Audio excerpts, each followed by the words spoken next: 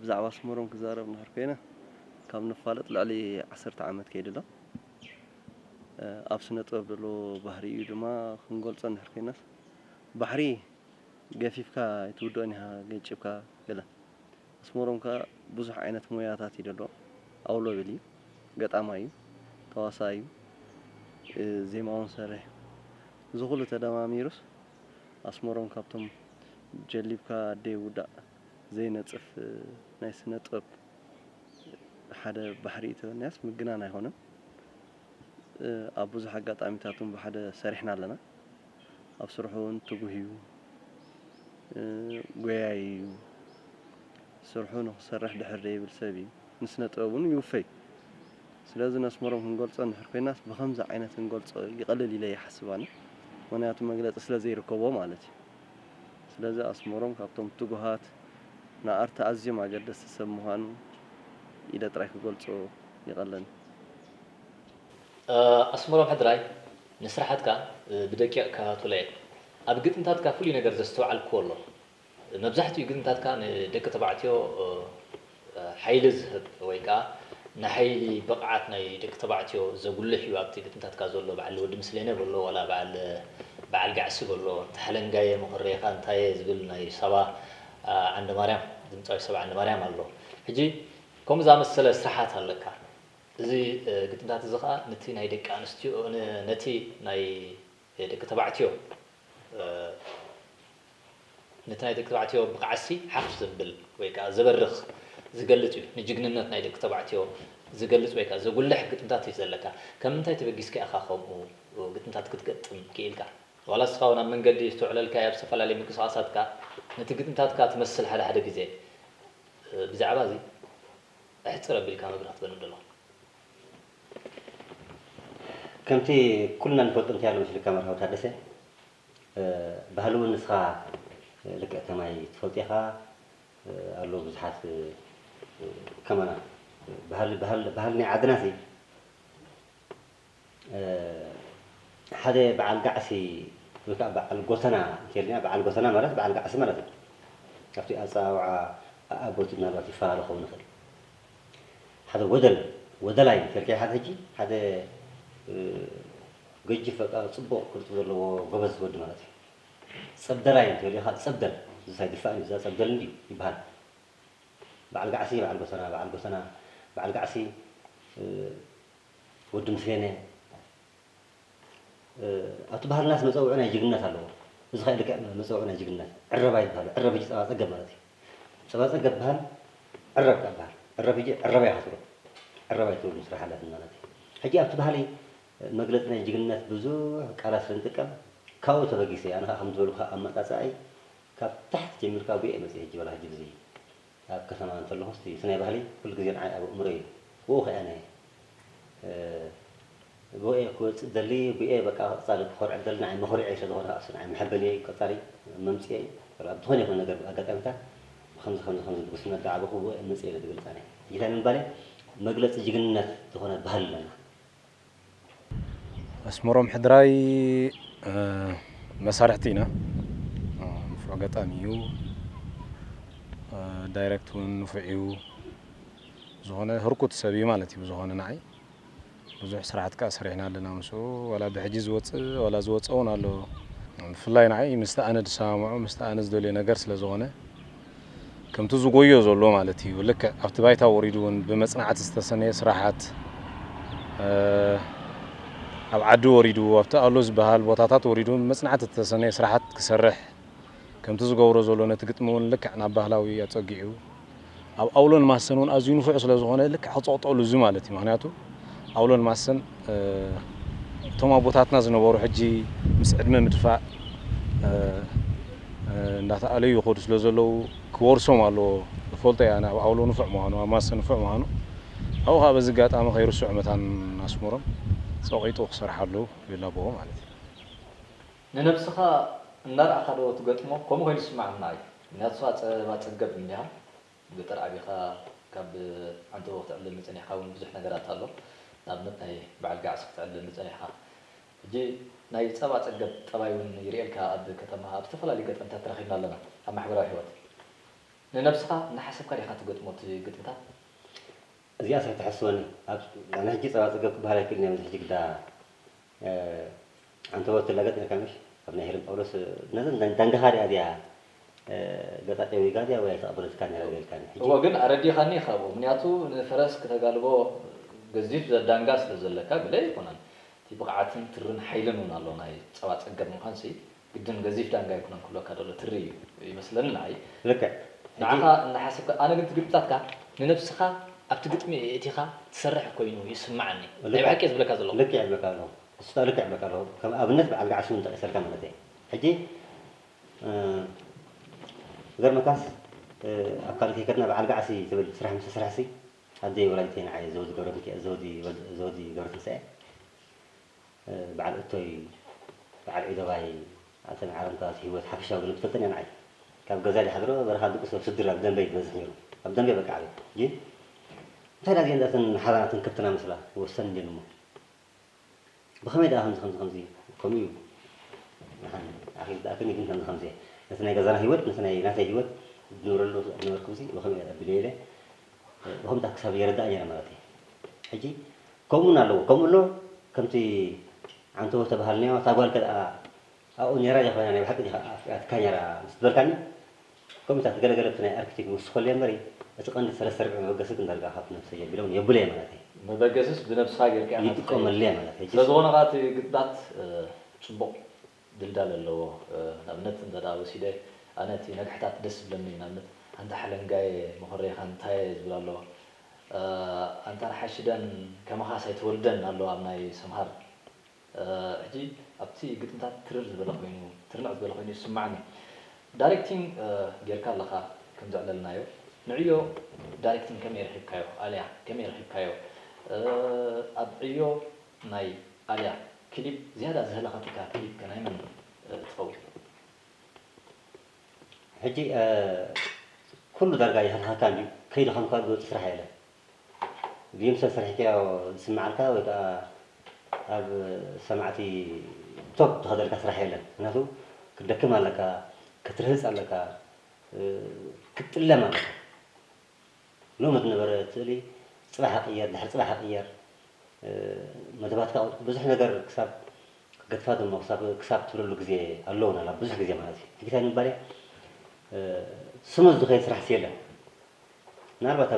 ኣብ ስቱድዮ ከይተረከቡን ቆጠራ ኣድላይ ስራሕ ምፅእ ናይ ሃገራዊ ስራሕ ምፅእ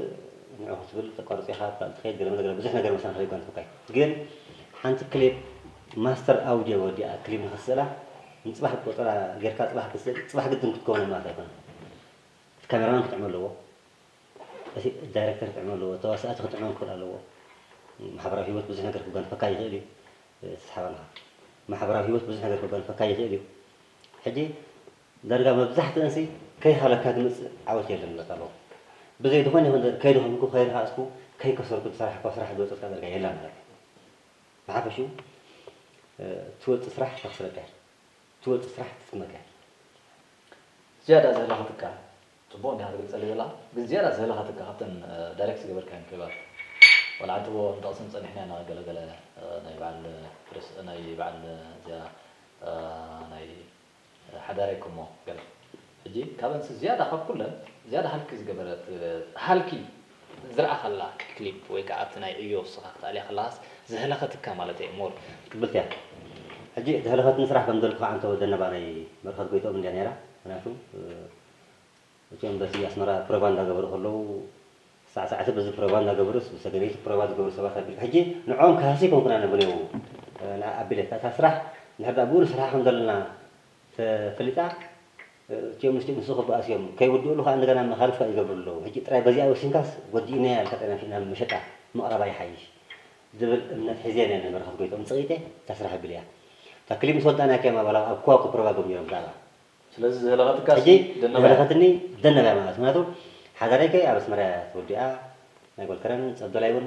ኣብ ፃዕዳ ክርስቲያን ኣብዚ ከባቢ ሄድና ሓደ መዓልቲ ሄድና ትራንስፖርት ነይሩ ወዲእና ብናቲ ኢንተርቴንመንት ተሰቂላ ማለት እዩ እተን ካልእ ብዙሕ ነገር ኣይኮነ ናይ ሸዊት ክፍለውን ተጠቕሊልና ኸድና ወዲእና እያ ተመሊስና ኣብ ናይ ደነባ ግን ብዘይ ገንዘብ ብጥራሕና ማስተር ክሊፕ ወዲእና እሳኻ ብዙሕ ንዓይ ይኸፍትኒ ይብላ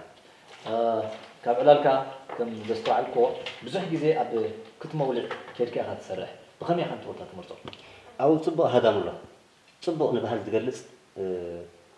ማሕበራዊ ሂወት ኣለዎ ፅቡቕ ገዛውቲ ኣለዎ ሕጂ ሴትን ኣብቲ ካሜራ እውን ናይ ካሜራማን በዓል ዳይሬክተር እዩ እቲ ዳይሬክተር ከዓ ምስቲ ካሜራማን ሓደ ኣካል ክኾኑ ኣለዎም እቲ ኣካያድ ስራሕ ወይ ማናጀር ዝበሃል ከዓ ምስኦም ክረዳእ ኣለዎ ሕጂ ሓንቲ መረባዕ እንድሕር በዚ ወፂኣ ኣላ በዚ ክልተ ክትመንተ እያ እታ መረባዕ ንከይትወፅእ ኣብዚ ብዙሕ መስዋእቲ ኢኻ ትከፍል ኣብ ክትመውልዕ ግን በዓል ወዲ ምስለና ብዙሕ እዩ ልዕሊ 25 ክሊፓት ሰሪሐ ኣለኩ ትኸባቢ ጥራይ ባህላዊ ማለት እዩ ሕጂ እቲ ቦታ ብጣዕሚ ሓጊዝና እዩ ካልኣይ ተኸእላ ላምዛ ሰሓርቲ ክትነውልዕ ዝበሃል ቦታ ነቲ ባህሊ ንክትሰርሕ ብጣዕሚ ይሕግዘካ እዩ ሴት ነቲ ቦታ ብከምኡታት ኣብ ክትነውልዕ ኣብ በዓል ላምዛ ቦታ ዝመርፅ ማለት እዩ ፅቡቕ መብርሂ እዩ ዋላ ንካልኦት ስነ ጥበበኛቱን ቦታ ፅቡቕ ቦታ ከም ዘሎ ኢኻ ትገልፀሎም መብርሂ ትህቦም ዘለኻ ማለት እዩ ኣብ ስነ ጥበብ ትምህርቲ ዶ ክህልወካ ኣሎ ዋላስ ተውህቦ ሕርያኻ እንታይ ክልቲኡ ነናቱ ብልጫ ኣለዎ ክልቲኡ ነናቱ ብልጫ ኣለዎ ከመይ እንተልካኒ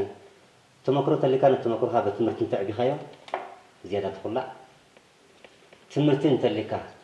ብዛዕባ ኣርት ዝምልከት ንሰብ ተመክሮ ተወኪስካ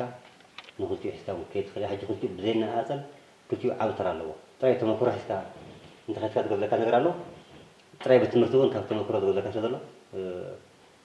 ግድን ክልቲኡ ዝተመላልአ ክኸይድ ኣለዎ ዝብል ግምት ኣለኒ ከምኡ ከዓ ይልክዕ ምክንያቱ ጥራይ ብትምህርቲ በቃ ክተብላይ ትኽእል ኢኻ ጥራይ ብተመክሮ እውን ብዘይገዘሮ ክልዳ ኣይትኽእል ኢኻ ክልቲኡ ተውህቦ ጥራሕ ስለ ዘለካ እውን ኣብቲ ዝደለኻዮ ደረጃ ክትበፅሕ ኣይትኽእልን ኢኻ ኣይትኽእል ሕጂ ክልቲኡስ ክትነጥፍ ሕጂ ሕርያ ናትካ እንታይ ክልቲኡ ዘማእከለ ድዩ ክኸውን ክልቲኡ ዘማእከለ እዩ ማለት ተመክሮ ሃሊኒ ትምህርቲ ክነፅጋ ይክእል ናይ ትምህርቲ ፀልእ ሰብ የለን ትምህርቲ ሃሊኒ ከዓ ተመክሮ ሰብ ተመክሮ ከይተወገስ ክስራሕ የለን ኣብ ንኣብነት ኣብ ኣፋውያታ ሰብ ተመክሮ ዓበይቲ ሰባት ዝኾነ ይኹን ነገር ኣብ ባህሊ ሓይልካ ክተብል ጥራይ ትምህርቲ ሃሊኒ ንድሕር ዳብኡ ከይድ ኣብ እንታይ ክገብር ንዓም ሓከም ኣለኹ ሕጂ ክልቲኡ ዝተዋሰበ እዩ ንሕንታ ክልቲኡ መሬት ተተርኒዑ ፅቡቕ ነገር ዘውፅኣካ ሕጂ ንስኻ ተውህቦን ትምህርትን እዩ ዘለካ ኣብዚ ስራሕ ኣብዚ ስራሕ ኣነ ሕጂ ማለት ተውህቦ ትምህርቲ ተመክሮ ተውህቦ ኣለና ክእል ኢና ምክንያቱ ከመይ ጌርካኒ ንዓይ ኣብ ሓጎይ ዕቑባ ጋበር ክፍል ማርያም ጨፈራ እዩ ኣብ ቅድም ጀሚሩ መርዓ ሴት ሒዙ ጭፍር ይድብል ኣርኪበልየ ነብር ግዜ ንእስነተይ ይርአ ዝኾነ መርዓ ከዓ ተፈለስ መርሒቦም ዝኣቱ ኣብ ሓጎይ ዕቑባ ጋበር ድሕሪኡ እውን ኣቦይ ሕድራይ ዕቑባ ጋበር ተኾነ ኣቦይ ከዓ ማሰይ ይብል እዩ በዓል ወዲ ወይኒ ይፈልጥዎም ድሓን ምስ ወዲ ወይኒ ብዝረኸብካዮ ግዜ ትሓቶ ምናልባት ማሰ ኣባህልኡ ኣብ ትምህርቲ ዝተሓወሰ ይኮነ ፍኑ ኣካይዳ ክኸውን ይኽእል እዩ መሪ ኣቦይ ሕድራይ ዕቑባ ጋበር ማሰኛ እዩ ኣነ ምስ ተመክሮ ዘለዎ ሰባት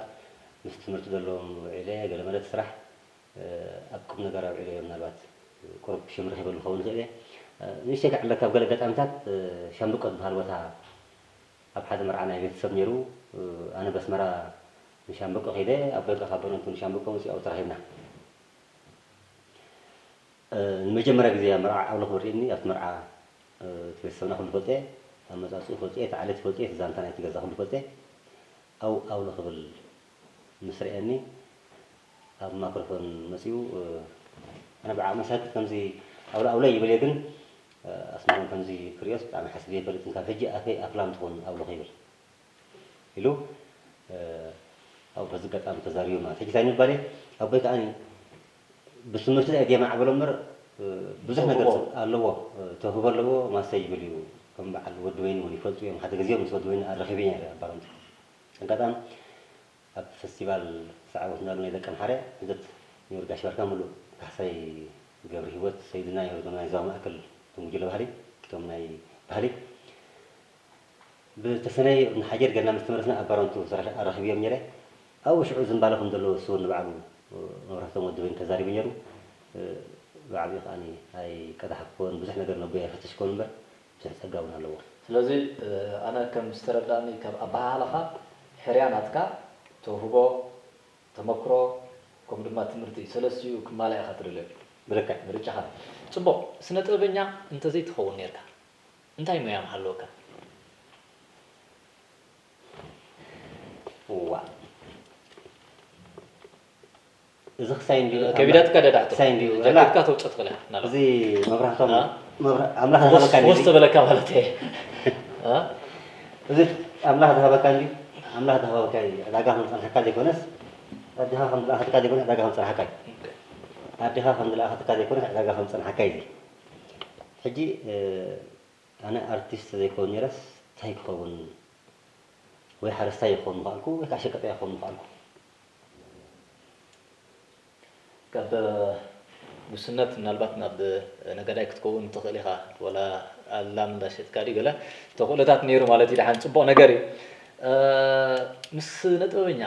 ግርማይ ኣስፋ ዓንቂ ጥቡቕ ዝኾነ ዕርክነት ወይ ርክብ ነይርኩም ኣቐዲምካ እውን ክትገልፀለይ ፀኒሓ ኢኻ ኣብቲ ናይ ማሰ ዳሕራይ ስለ ዝምለሶ ዘይሓተካ ዘለኹ ሕጂ ብሓንሳብ ኮይንኩም ምስ ነጥበኛ ግርማይ ኣስፋ ዓንቂ ስራሕኩምዎ ስራሓት ኣሎ ዶ فريات سنتر زفرق منتهى مس قرمي أسفح عنك مجمرة كنت عشان جاءتنا وراح أسرت هذا أنا أردت مصحف جميلة قلت أنا خوّن فتن كل جزء مالتي كاب هذي بعد كلا بعدت بعدي أسمرة مثيه بس كنا قال أرتيس نيرم ترى نقوم بنسمى زحي هاي حاجزنن ويكاتب ومستخسي دي في أتوا هاي حاجزنن دحر خندي كن في علامة تعرف إنه خير ويتو مثني أملاح نجر كهرم تحاسبه بأملاح تمجيبه خير بقى مسجل ما يسفع عنك سبعة يرخون مراتي مسجل ما يسفع عنك شعو بالتلفزيون برجيت بطل نعملت زي نسيت بقى شيء تبقى مثلا دبل مسبع ما نفعي بس حسب كاب برجو كنت دبيت عندك يا دور نبرك زي شعونا أدفع هذا كانوا كهاتون يعني شعونا قد ما هم كن جرك يوم بعل بعد طفرة مسيم هادوم بعل على كيلو فهد بهالو يوم مسي كله ناي يجي له بهالي ناي بتقولون جبر ناي برجيت جبر ناي كيف سراوي تجبر تعذاب نبر دهون يكون نجار أبر كتب تزين نبر ناي دحر عرفت ناس أسمران ناس أخو ساكت سعيد في الدنيا رقم تكس من الليلة حد سلسلة سرعته نقول سبعة در أخوهم يوم أحجزنن تحدي يقول مسك جماعة فعانك ترى هبة جماعة فعانك بصبط قابلني بصبط قابلني حساب نعل جمرنا جها تصفر لك تعبي خايب لني حساب ستين زرقاء جزء يحضر جزء يحضر درجة تو عرفنا كنا حساب سدرا بيساوي هوسي تعرفينا حساب هذا عبدهم متني أبو هيدا دلقس كل جزء يرو سؤال بحدش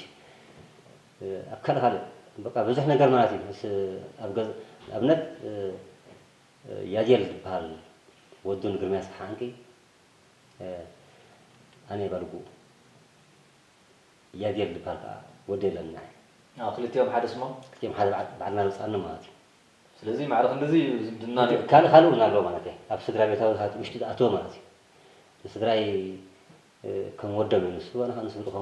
ከም ወዶም እዩ ማለት እዩ ክሳብ ምስ ኣሕዋቱ ፅቡቅ ዝምድና ኣለኒ ካልእ ዝፈጥሮ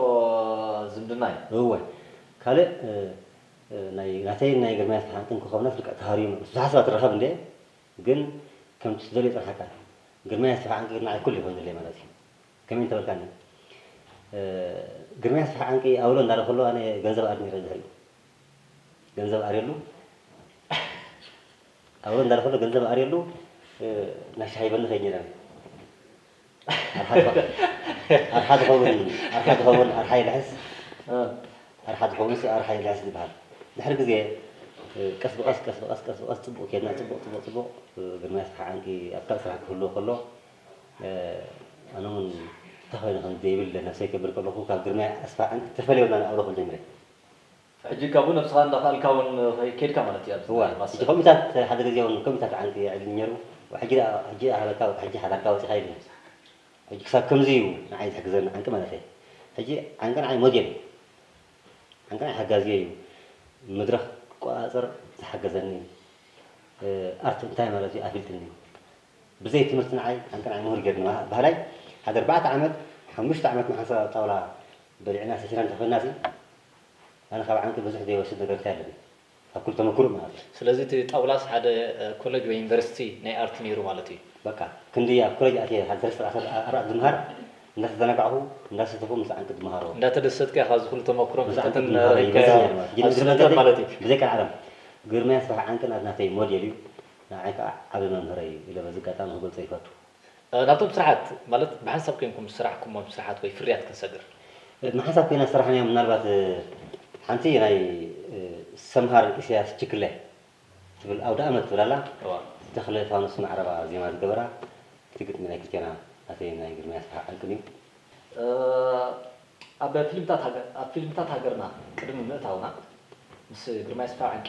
ከወዳእና ከለና ብዛዕባ ናይ ደርፊ ክሊፕ ብዛዕባ ክሊፕ ብዛዕባ ገለ ዘይኮነ ብዙሕ ስራሕኩም ስራሓት ኣሎ መስለኒ ንምርግጋፅ ዝሓተካ ዘለኹ እንታይ ብዛዕባ ሓደ ቁሩብ ሓበሬታ ረኺበ ዝሓተካ ዘለኹ ስራሕኩም ስራሓት ኮሜዲ ገለ ነይራ ይመስለኒ زيادة خبرها مرجعت إذا حتى كذا لو يجي مس جرما يسمع عنك سرحكم كوميدي مسألة ديو مس مسألة ديو قال انتوا لو بحبار سرحكم حاجة تأصلنا عندنا كم دبل كذا له مس جرما يسمع عنك درجة هذا أكل ميرنا جرما يسمع عنك إن الحين سرح له أنا قال له جرما يسمع عنك سرح بين سرح درجة يلا تقول كاس بسيط توني يرمى هذا أبرمتها توني فيلم تمثل سنتر يسجد توني بزح نجار سي يعني هندبت بقرأ كتاب أرث من دأتي جرنا معي دحريو خاني سو أقطع كابز مسكشة دحريو سي حامل كل مرته آخر أيام رأي عبر عقول كتاب من بالي مسجد ما يسمع عنك نابند بعرى هي بكرله تبل دراسي جرما يسمع عنك تواس أسوأ نيرنا أب مدة تعود قربت قدامي في تشلمة 15 شهر تشلمنا ده على أولو تقول أنا مرهوي تخصصي جميرة يوحنس قرمي أسحى عنك تواس أنا أول على صماء يرم سنة زي أول كان مدة تعود كندي كميتا ساون كدامي تعودها أباون 15 شهر تشلمنا شيء قدني تقولون عند خلاص نيرة قد نتات قد ملني كم تخمن جلهم بسيطونا لون جب إحنا نكون كنا يرنا هذا في قرب سجون كيبلنا ما أدري حجي تحطوا تيهم قلت مباهبن شو عقل قلت ملني يوم تنياكم لا قد ملني هاتبل قد ملني حجي قلت ملكالو يبينه حجي أبي الله هاند بين حجي أبي الله هاند بين شيء قدني تبل مسجر ما يسمع عنك وتتعود قريبات بو تعودها حنت نخلته تبل أب سنة مرة ما مدب مع التناتنا باللايف تزرقها حنت نخلته دراسي أسمر مصدق برهان الدايركتور أثبت يوحنس أون صبوا سواسي تبل سعر الخاب جورنا سمعكوا فتحي تبل وجه حساسين استسرحت نساون كاب مدة تعود قال إيتي عسر تخت الشيء الشيء اللي ما كتب تواصلت من برنا هاني سمهر إسياس كله أنا وجه حساسين يروم أبن ودن تبل أب بحث مسكر بقطع مع التناتنا زقربت دراسي بنيام حساسين كينو تواسأتي على بيتي أنا بأكل نيره كانوا تنيرهم بجارة هجي أسماءهم متكاسكي بلنم أنتي صرنا تبل عقباين بايز دراسة أنا مراج عقباي كنا تواسينيا سون صبوا قبل ما استرخى بديا مخني السميتي تبل وجه حس حسين دراسة سون أبيتب بزح الزارة بتوداي كنا يرى بزخنا سون أي صبوا كسايسي صبوا قبل ما سيبات نعمة فيه مني أمن تبل برهانه خلو دراسي أنا برهان خلو رزانة تواصل أنا وساق ومسبوس كميدي صبوا درجات الكبالة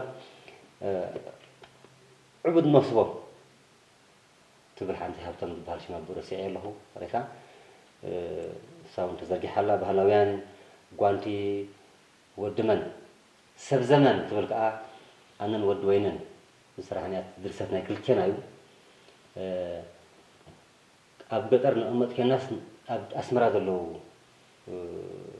بهلاويان دك أنستيو بهلاويان دك سبعتيو كن معجلنا أنا خاب عدي نمسه كاب نمنت كاب صورة نمسه بما تشوفت العلو قبل لي الناس بهلاويان ولا زمانة عندك أنستيو مثلا زمانة عندك أنستيو بهلن كتلا عند اللون إذا سمع قص ويك إذا سمع ما عدا أي حزنا مثلا أبتبحت مسكرم أنا كيد نسحب زمعت أنا بزغ معدي تبعنا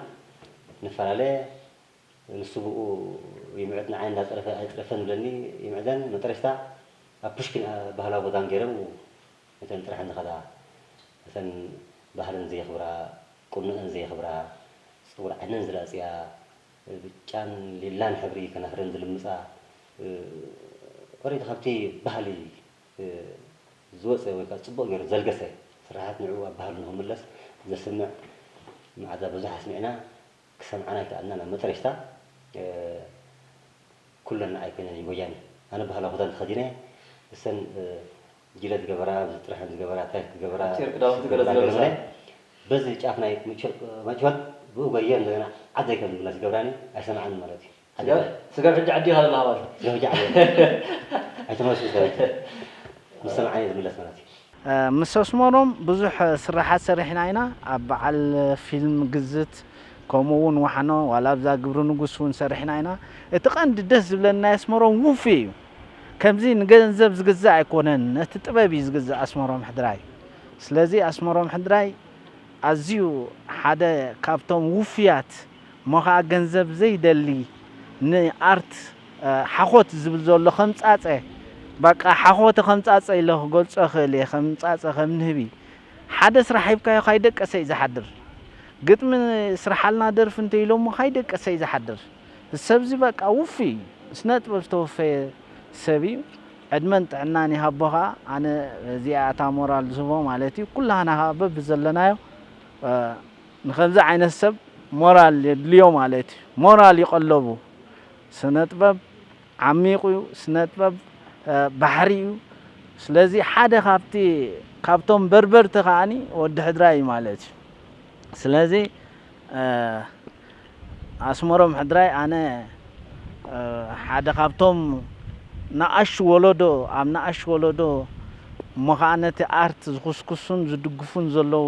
ስነ ጥበባውያን ስለ ዝኾነ በዚ የመስግኖ በዚ ዘለዎ ዓቕሚ ከዓኒ ደው ካይበለ ክቕፅል ሞራለይ በዚ ኣጋጣሚ ይገልፅ ማለት እዩ ካብዘን ካብ ናይ ግርማይ ኣስፋህ ዓንቂ ካብ ምስ ግርማይ ኣስፋህ ዓንቂ ኮንካ ስራሕካዮ ስራሓት ምስ ካልኦት ስራሕካዮ ስራሓት እውን ክጠቕሰለይ ፀኒሕካ ውፅእ ዝበለ ማለት እዩ ናይ ወጊሑ ፍስሓ ፅዮን ይመስለኒ ድርሰት መኽኒት ሰበይቲ ትብል እንደዘይ ተጋገ እስኪ ብዛዕባ ኣብ ፍሉይ ነገራት ይርአ ኣነ ብዛዕባ እስካ ኣለና ፅቡቕት እያ ምናልባት ዝብሉካ ካብኡ ተበጊሶም ከይኮኑ ዋላቲ ኣስመሮም ሕድራይ ምስ ሓንቲ ይቆውን እዩ ገለመለ ዝብሉካ ካብኡታት ተበጊሶም ከይኮኑ ተስራሕ ከመይ እያ መኽኒት ሰበይቲ ከም ደልኩካ ደራሲኣን ዳይሬክተርን ወጊሑ ፍስሓ ፅዮን ነይሩ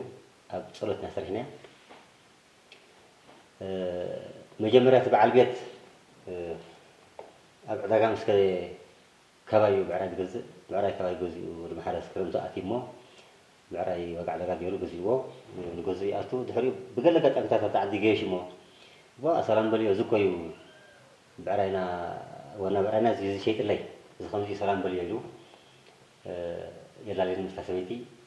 ድሕሪኡ እታ ሰበይቲ ኣባይ ዓይና ተወድቕ ኣብቲ ገዛ ከፍስ በልኩ ምን ኣብቲ ላዕትሮ ኣብቲ ገዛ ውሽጢ ላዕትሮ ሳርማ መስዋን መንዳእኻ ማፃእኒ እዩ ኢላ ምስ ሓን ባዕለይ የማፃእ ዋ ኣነ ጋሻ እንዲኻ ይከውኒ ይብለኒ እሞ ሓንቲ ሓን ባዕለይ ክኸየለ ሕዚያ ይኸይድ ኣብ ተውሻጠ ምስኣ ንዓይ ተናኽፋ ገለ ማለት እዩ ወላ ሳ እውን ምስ ተናኸፍኳ በዚ ምስ ተበልኳ ገለ ክትተብል እያ ድምፂ ትገብር እያ ወዳኣይ ተኸ ታንከቲ ገለ ይብላ እዩ ኣብቲ ክሳብ ኮይኑ ኣይ ድሓን በዝኒ ኣንጭዋ እንዳ በዚ ሓሊፋ ገለ ኣሎ ሕጂ ምኽኒት ሰበይቲ ሰበይቲ ዘይተመኽንዮ ይተዛረበ የለን ማለት እዩ ካብቲ መክሮና ሕጂ ኣብቲ ግዜቲ ንሱ ማሕረስ ከይዱ ከሎ ምስኣ ጀሚረ ኣብኡ ኣብቲ ዓራት ምስኣ ይተናኽፋ ገለ መለ ዓራት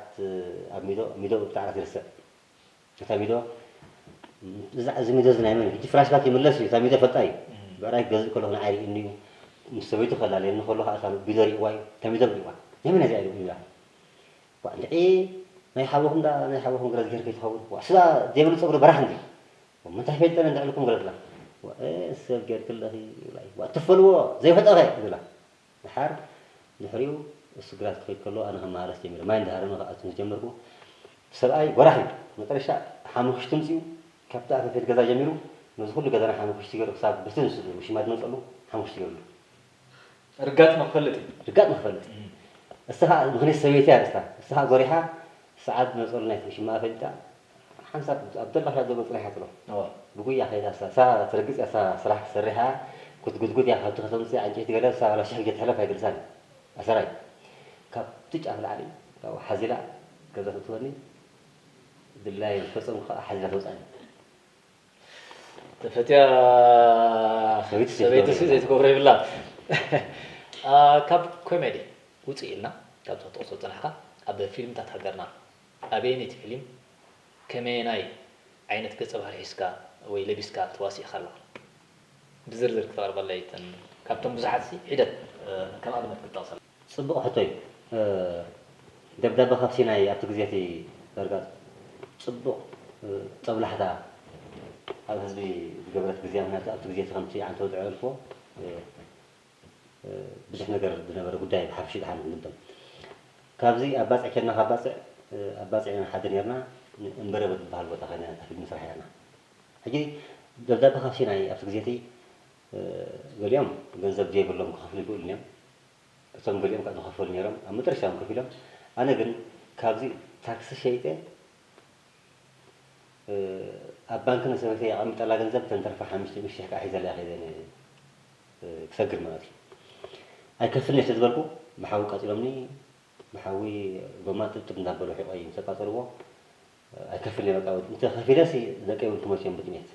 ኢለ ስለዝወሰንኩ ኣነኡ ይሞት ማለት እዩ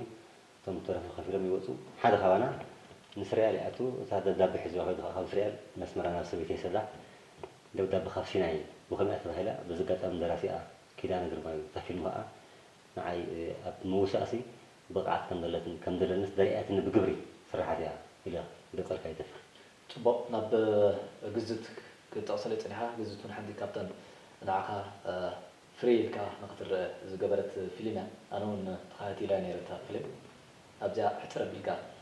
ከመይ ረኺብካዮ ጣዕመ ኢኻ ኮንካ ሰዎች ከም ስለዚ ልክዕ ግዝት እውን ደራሲኣ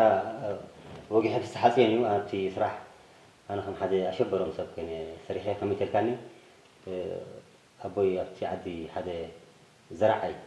ናይቲ ዓዲ ዘራዓይ ኮይኑ ዝሰርሕ እቲ በኣ ምስ ኣቦይ ተበለ ሽሙ ሽዑ ዝክረን ሕጂ ግን መብራህቲ ሰሎሞን ምስኡ ኣብ ናይ ምዝራዕን ገለን ሓደን ክልተን ክበሃሉ ከለዉ እምኒ ይደርብሉ ማ ብእምኒ ገይሩ ኣብ ሕማቕ ምስ ሃረሞ ኣቦይ ይመውት ድሕሪኡ እቲ ዓዲ ንሕና ቆልዑ ከለና ብጋር ደቂሱ ተወዲኡ ነይሩ ድሓር ብጋር ደቂሱ እንከሎ ንሕና ምስ ዓብየና ፀጥታ ልቦ ይመን ኢለ እቲ ጋር ደላዓዓልቲ ሂወት ማለት እዩ ሕጂ እሱ ኣባልጥርያን ደቁ መጀመርያ ርእስታ ከምዚ ሰኣን ዝራይ እያ ትብል ነይራ ድሕሪኡ ግን ግዝት ንዓዮም ዝግዝትኒ በቃ ተዓዲ ይርብሽ እየ ምክንያቱ ቀታ ልቦይ ክቕተል ኣለዎ እንደገና ኣብቲ ዓዲ ወዲ ጓል እዩ ብወዲ ጓል ኣቦይ ክቕተል ብወዲ ጓል ኣቦይ ክቕተል ኢለ በቃ ነደይ ይርብሻ ኣደይ ክሳብ ፊንፊን ኢኻ ትብል ርኤካ እሱ ከይኣክል ሓደት ንዓይ ምንእሰይ ሓወይ ምስቲ ናይ ጓል ቀታ ልቦይ ምስ ይፍቅር ዝሕዞ በቲ ሓደ ወገን ንዓይ ክሕግዘኒ ደሊ በቲ ሓደ ካብ ምስ ተቆልዓ ፍቅሪ ሒዝዎ ኣብ መንጎ ቅርቀሪ በቃ እቲ ሓርቲ ሰብኣይ መጨረሽታ ክንቆፅሎም ዝደለና ኣነ ቆፅሎም ዘሎ ህዝሙ ኣቃፂልናሉ ገለ ምሰልና ተናባልት እንታበኸያ ትገዛ ከምቲ ሪእኸዮ በረኻ ይሰፍር ኣብ በረኻ በዓቲ ይሰፍር ኣብ በረኻ በዓቲ ይሰፍር ተተሓቢኣታ ዓባይ ጓሉ ሕርጅ ትበሃል ተሓቢኣ ስልጣንያ ሒዝያ ተብፅሓሉ ኣነ ከዓ ንዓ ክረኽባለኒ ስልጣንያ ንዓ ሰህልየ ንዑ ክረኽበለኒ ንዑ ከዓ ረኺበ ቀትለለኒ ኣብ መጨረሽታ ንዑ ኣብ ፅሓተሉ ብዙሕ ነገር ድሕሪ ብዙሕ ምስላይ ድሕሪ ብዙሕ ምፍታሽ ሓደ መዓልቲ ኣብ ፅሓተሉ ስልጣንያ ክትምለስካ ረኺብና ክሳድ ኣብ ገረብ ኣሲረ ፋስ ገረ ክፍላ ደሊ እቲ በፍቅራ ሰብ ሽዑ ንዓይ ሒዘኒ ሓወኻ ተሓወይ ማለት እዩ እሱ ተፈባሪኡ ብዙሕ ነገር ኣለዎ ምስኣ ገለመለ ኣብ መጨረሽታ ኣብ በረኻ ኣሲረያ ዝብኢ ውልዕባሊ ሓዲጋ ዓዲ ኣቱ እሱ ከዓ ከባቢ ተመልሲ ድሕሪ ፈትሕዋ ንዓዲ የፋማ ማለት እዩ ድሓር ምስቲ ህዝቢ ይግዝተኒ ግዝት ተባሂላ ሽዑ እቲ ሽማግለ ዓዲ ጭቃ ዓዲ ምስ ገዘተኒ በቃ ኣነ ይዕራቕ ሓይቱ በቃ ክሳይ ኣብ ንብር ሂወት ይምለስ ማለት ጃውስ ከምዚ ኣሸበሮም ዓይነት ናራ ሽግሬን እቲ ኣባወልት ስለዚ እዘን ክልተ ፊልምታት ኣብ ዕዮ ተዋስኦ ወይ ከዓ ኣብ ዕዮ ናይ ምውሳእ ፅቡቕ ዝና ንኽትረክብ ሓጊዘናካ እየን ማለት እዩ ብሓፈሻ ከምዚ ኣብ ፀብሒ ንግደት ዝኣተወ ከም ፀብሒ ንግደት ዝኣተወ ማልቲ ስነ ጥበበኛ ኢልና ክንጠቕሶ ንኽእል ኢና بخالق قلالصخ سسع سنة طبباوي إلى قلص خيله كم مبليكا مالت سسع النيجاتيف ويد ما حدا سيطر يكونن سبسي كم زين فلتت ويد ما حدا صبغ نجر كقن ويك سسع خيلاله حجيخا ناي كم زي سسع سبيل خطقص خيله كالون صعدا شغورتي يخوب لخيله مغنياتوس أبزخونه زاتو صعدا شغورتسي أبزخونه يزاتو حجي كم إلى خطقص خيله حجي بركت زبالة سرحتون زفري أب حتصير أوان بزح سرحتنا يسنة طبب زفري أرتيست من إسيب سلازي أس مرام حدراي كم سرحت من ونكلنا نبعل سيلفانا محري كومخا سبع عند مريم برخت قويتهم ترحس قال كرن سمهاري وهنس زا مسلا ناشتو سنة طبباوያን ግን ስነን ዝጎለሐ ዘውፀ ስነ ጥበበኛ እዩ ዘፍለጠን ንባዕሉኻ ዝተፈለጠን ስነ ጥበበኛ ኢሉ ጠቕሶ ይኽእል